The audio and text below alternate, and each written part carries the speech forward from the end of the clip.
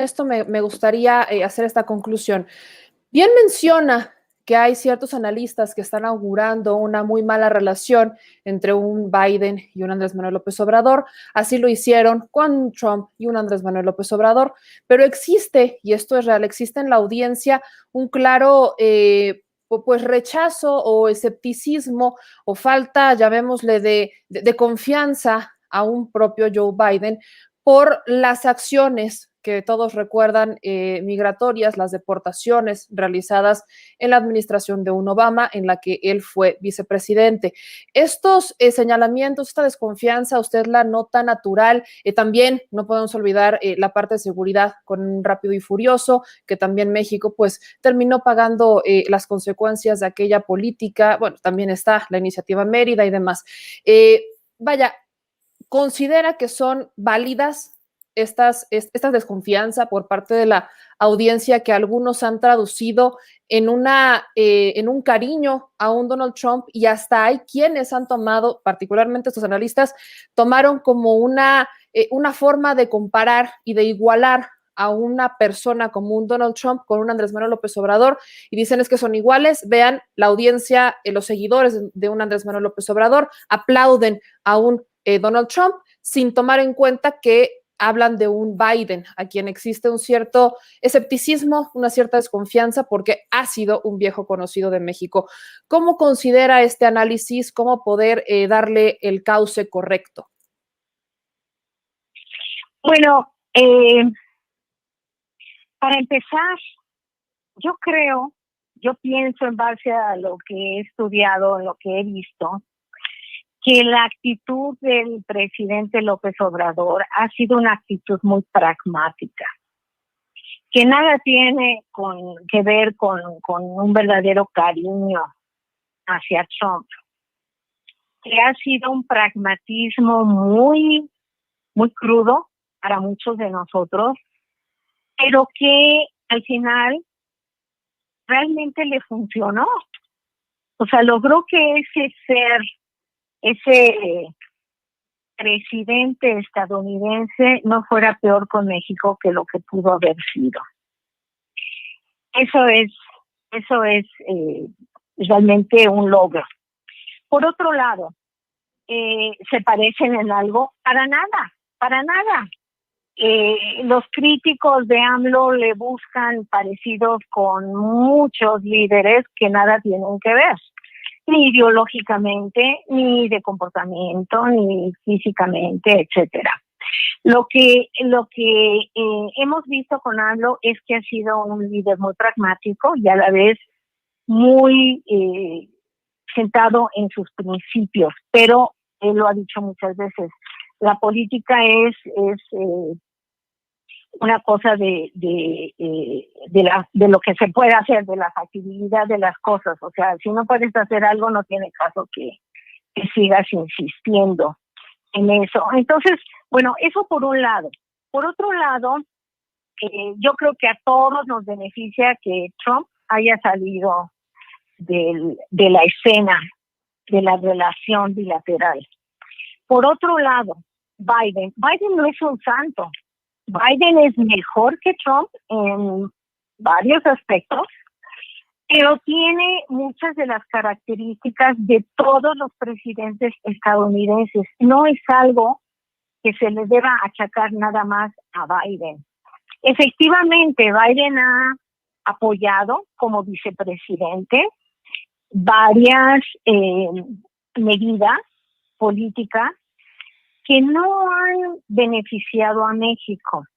Entre ellas, pues las deportaciones que se dieron durante la época de Obama, que en realidad parte de la justificación de las deportaciones por millones, ¿no?, que hubo, era tratar de aplacar un poco el ambiente político en el Congreso, en Washington, para tratar de llevar a cabo una reforma migratoria. No se logró, no se pudo hacer. Desafortunadamente hubo muchísimos deportados, entre ellos mexicanos. Biden participó, apoyó sin duda También hay otro tema que es mi interés particular, ha sido lo que es la estrategia de combate al crimen organizado que los gobiernos de Calderón y de Peña Nieto llevaron a cabo en coordinación con Estados Unidos y que a mí me ha parecido una estrategia totalmente equivocada, fracasada y contraproducente. Y yo tengo la opinión en base a lo que he leído sobre Biden, lo que piensa hacer, lo que hizo antes, que posiblemente él va a querer volver a ese tipo de estrategia que a México no le conviene. El presidente López Obrador tiene esa postura de que no le conviene a México y quiere hacer algo que vea primeramente los intereses de México, que es como debe de ser. Así que, pero la agenda bilateral no es nada más el tema de migración y el tema de seguridad. Hay otros temas, el económico. El económico es crucial. México, la economía mexicana depende más del 80% del comercio con Estados Unidos. Entonces, la cuestión económica y de comercio es fundamental para México. Dependemos, por ejemplo, tenemos un asunto muy de interdependencia muy complicado, la cuestión de agua. O sea, México recibe agua del norte, que después tienen que dividirla, no hay agua en México, etcétera, etcétera. Eso es complicadísimo y políticamente muy contaminante.